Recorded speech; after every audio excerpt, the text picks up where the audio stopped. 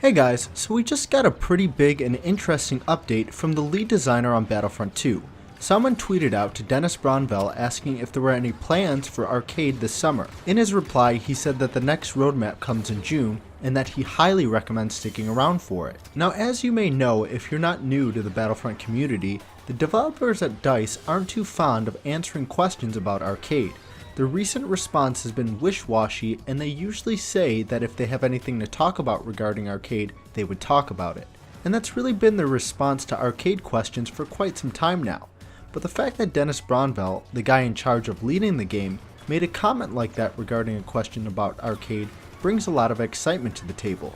Dennis isn't one to hype up the community for something small either. The last Arcade question he answered was regarding the most recent major update for the game, and he outright said that AI improvements were coming.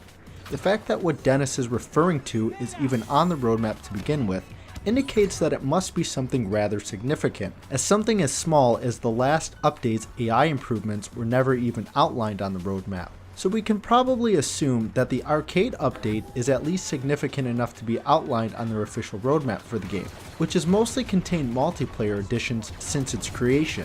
So what could we possibly see for Arcade? What Arcade addition is so significant that Dennis said he highly recommends sticking around for? Well, two things make the most sense thus far. First off, Dennis teased a large-scale game mode last year in February, saying they were working on something with troopers and vehicles.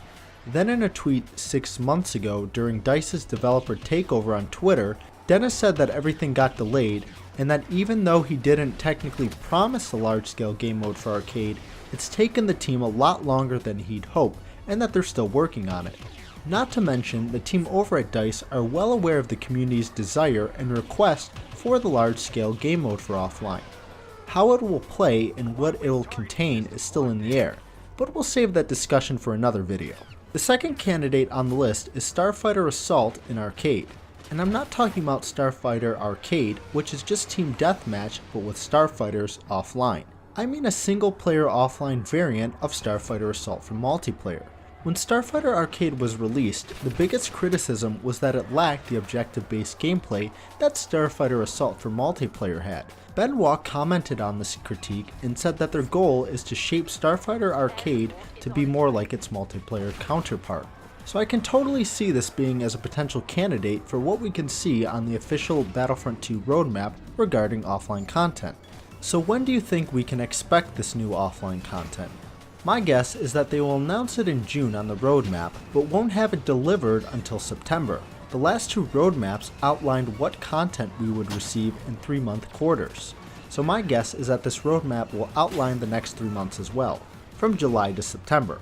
And I have a strong feeling that whatever this piece of offline content is going to be, it'll drop in September, or at least the last month in which the roadmap goes up to. If this is indeed the large-scale game mode we've wanted since the beginning of Battlefront 2's release, I wouldn't mind waiting until the end of summer to play a polished variant of offline Galactic Assault or Capital Supremacy.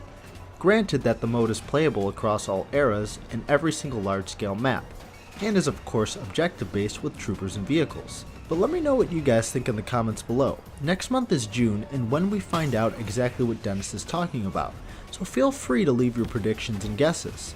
I would also like to ask you guys to check out our main channel, Real Life Glitch Entertainment, where we do productions, skits, and other nerd-related content separate from here. We just released a feature-length action zombie film on Amazon that I'll leave the link for in the description, and support for that goes towards making more content across both channels, so I hope you guys will give that stuff a chance.